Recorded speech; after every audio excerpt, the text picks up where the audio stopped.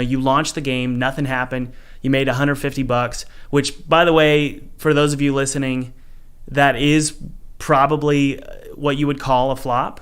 I think that's fair to say. You should bring in something like 10 grand at least for your first month if it's going to be a successful game, generally speaking. And you also mentioned, Joseph, before we started the podcast, that you didn't have any real wish lists. You didn't really do, I guess, a marketing plan to get wish lists, right? No, yeah, because I was really just trying to finish the game in such a short deadline. And again, it wasn't really meant to be, as big as it is today. Yeah. So I was like, just going to put it out there and just see if people liked it. So there was no marketing plan going into it. I had a YouTube channel. I think at that time, maybe like 100 subscribers. Okay. And I made a video. I was like, hey, I just made a game. And I told my friends and family. That was pretty much it. It's so funny to me because so much of what I talk about on this channel, it's all about all the things that you can do to create that inertia and get a game to make 100 grand. There's so many things you can do to market your game and to essentially kind of force it to work, because a lot of games are great and they just don't have success like Roll. They're great games, but they just didn't have a marketing plan. But I love talking to you because you're kind of like the opposite. You prove that you don't always have to do everything that I say and that I do for my games, that it just kind of works. So my question is, how did that happen? How did all of a sudden it just picked up a bunch of players? What happened? So an important thing, I'm a big YouTube viewer. I love watching YouTube videos, especially your videos, other game developers. But I like watching streamers. I think you have Aliens Rock on the screen right now. I just like watching other people play indie games. It's inspiring for me to be able to see all these other games without having to buy and play every one. Yeah. So I watch a lot of YouTube content, and so I'm kind of ingrained myself in some of these communities. And I know kind of what types of games certain streamers like to play. And so I was able to reach out to just a couple of the people that I regularly watch, and as a fan, just be like, hey, I'm a big fan of your channel, but this is my first ever game. If you want to play it, that'd be cool. You don't have to make a video on it or anything. Just knowing that you saw it and maybe give me some constructive feedback so I can get better. Did you email them? In the future?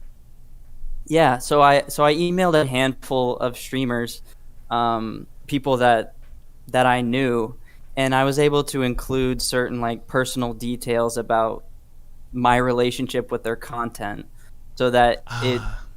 And one thing I did, which I think helped me stand out, is I didn't use a template email. I hand wrote an individual email to every streamer that I approached. Mm-hmm.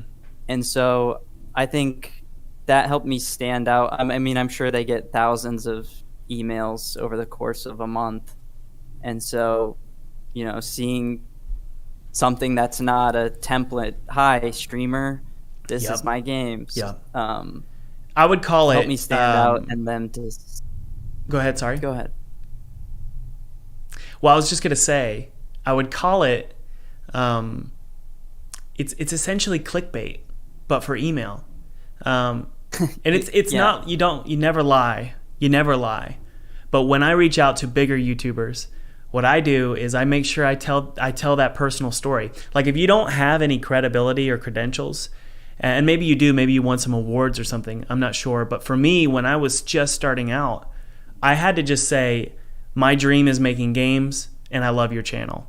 I can't, or even be honest and say the subject line is, I can't get anyone to play my game, but you'll love it. Being super honest and kind of tickling their emotions a little bit, getting them to think about maybe helping you out. That stuff works, and I encourage you guys, if you want to reach out to me, let me know like how you're feeling, and that's probably going to be more likely to get a response from me. So I think that's a great tactic. I mean, it's not really a tactic. I think you were just being honest, right? Yeah, I just felt like I had came up with this principle that like if I'm gonna expect someone else, especially these busy people, to take the time out of their day to read my email, like the least I could do is to write it myself and not just copy paste to as many people as possible. Well, how many did you reach out to? First off, I want to ask, how did you get their email address? I think a lot of people are curious how that's possible. And the second thing is how many did you reach out to? A lot of YouTube channels, you can go to their like homepage and like there's an about where they'll usually have like a business email, or if they have a Twitter, just try to find them on all social media. You could DM them there. Yep. Or they usually have a business email somewhere, and then you find that and you can just Yep. And that's my experience as well. It's funny because I did the same thing for Jacksepticeye. And like you would think he would have like somebody like a assistant sorting through all that stuff, and maybe he does. But he has his personal email address on the about page. I was like, surely this can't be his email address. And then I emailed him, and he responded. I think it was like in a day. Crazy. It's yeah, it's just really really weird. So I'm super grateful to YouTubers because what they do is they eventually create traction for your game. So is that what happened for you? Yeah, so I got a little bit of traction off the start. Again, the game was... I developed it in 3 months total before I launched it on Steam. And that 3 months included like setting up the Steam page and going through all this stuff, which I've never done before. I've never finished a game. This is my first ever game. So it was a really slow process. Right. So it was kind of this tiny little game, but luckily... it's kind of like it's highly replayable. So even though there's not a ton of content, there's still a lot to do in the game. Right. So are streamers still picking it up and playing it? They haven't. So the last series of videos, I think was Aliens Rock. Although there is one small YouTuber, shout out to Gothic Lord UK. He's made like 120 episodes. Yeah. Which is crazy. That's crazy for this game. On the game. Yeah. Wow. So, they put... Did you have to ask them to put the game in the description of the video to get them to go to the Steam page to buy the game? No, I think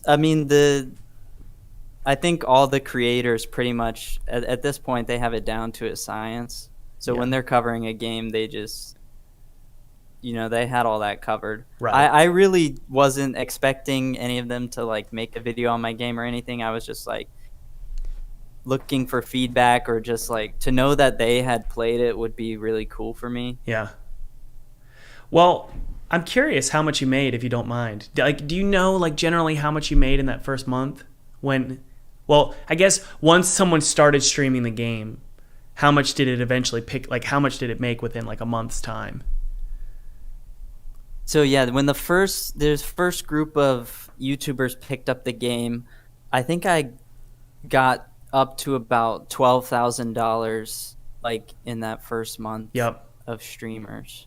And I think, that's a long way off from the 100,000 today.